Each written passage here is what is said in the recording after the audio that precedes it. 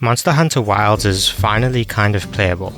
After about a year of having some of the worst graphical optimizations seen in the industry, Capcom have graced us with the coveted PC performance patch. So are things better now? A little bit, honestly. But were all these problems really worth the game technically looking this good? No.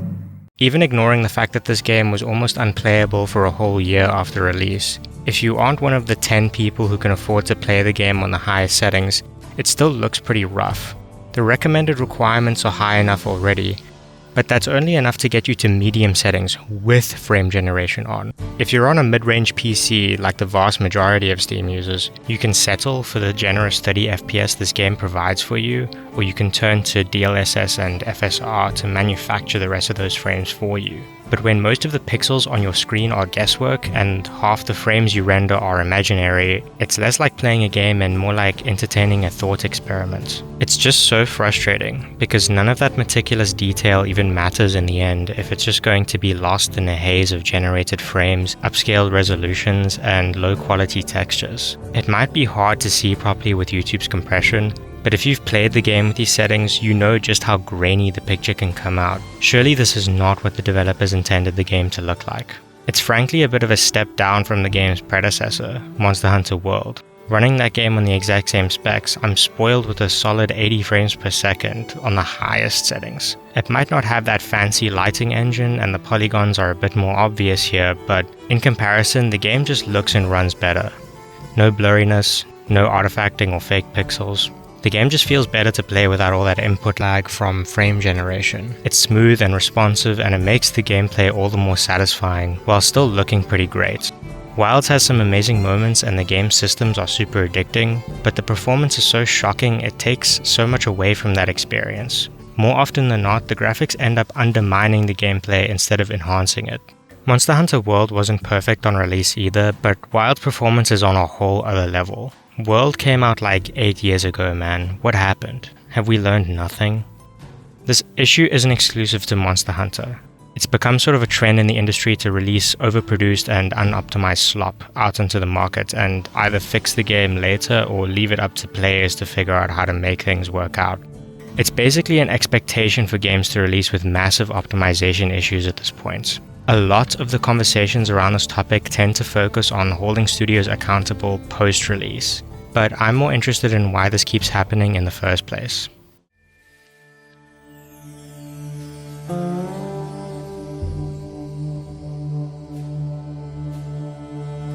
It's one thing for a game to have bad optimization issues, but why are these games so focused on targeting only top-of-the-line setups? Even if a game like Monster Hunter Wilds ran as perfectly as advertised from day one, still, only a fraction of the player base are ever going to see the game on those higher settings as the developers intended, the way the game looks in the trailers and the promotional material. And that is especially so nowadays with how the price of components are getting.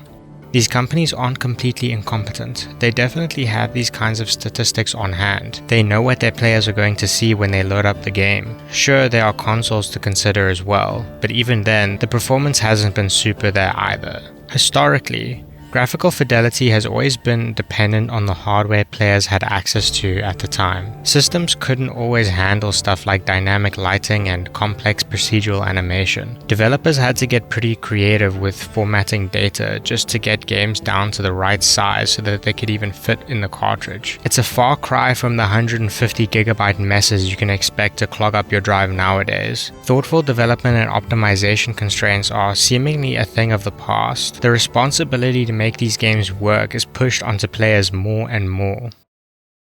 Now, I'm just some schmuck on YouTube, but if I had to give a reason for why things are the way they are, I'd say it's probably a marketing thing. It's hard to overstate just how much hype was following Monster Hunter Wilds' release. The reveal for the game alone was sending hundreds of thousands of people back to play through World just in anticipation. Despite all the game's issues and sky-high system requirements at launch, Wilds dwarfed World's peak concurrent player count by over 1 million players on Steam alone. These numbers are genuinely insane for a game riddled with so many obvious issues at the time. People tend to overlook problems when they want something badly enough. The level of spectacle and magic the trailers showed us was enough to push the whole franchise into the mainstream proper. In the end, the initial promise mattered far more than the delivery or reception. The game didn't just sell copies, it brought in new fans, new customers. There's just no way it would have garnered this much attention if it wasn't for just how goddamn good the game looked. It was immersive and flashy and beautiful.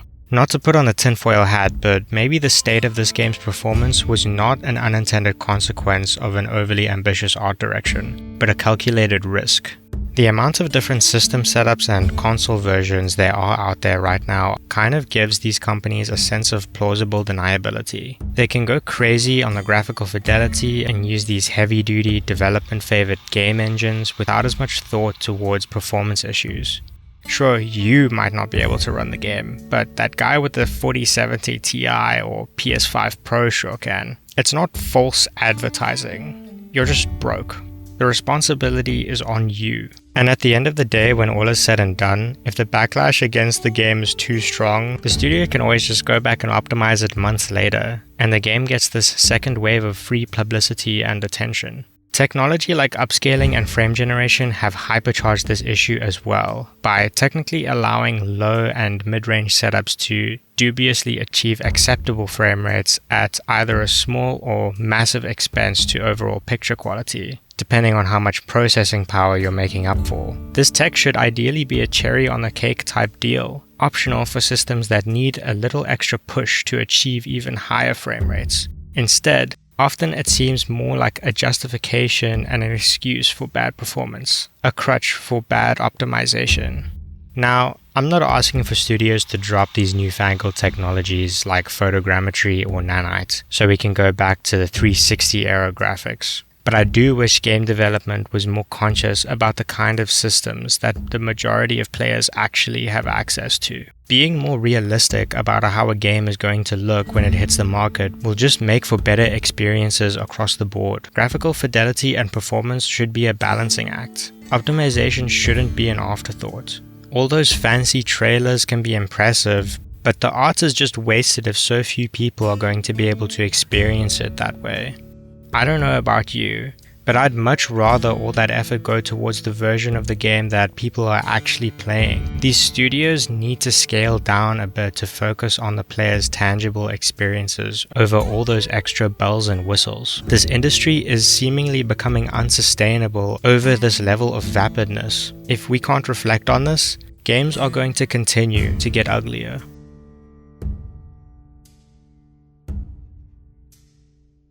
There's also maybe something to be said here about artistic intent and how much an artist should really have to compromise to make their work accessible.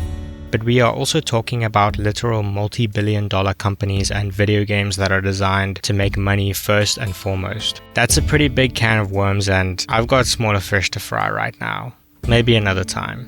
So in conclusion, probably stop pre-ordering games, I don't know. If you agree with me and gaming has fallen, billions must buy RAM, or disagree with me and think that as mid-range brokies just need to upgrade, let me know in the comments. If you enjoyed the video, I've got like 2 other videos so far, so might as well watch them too. Okay, bye.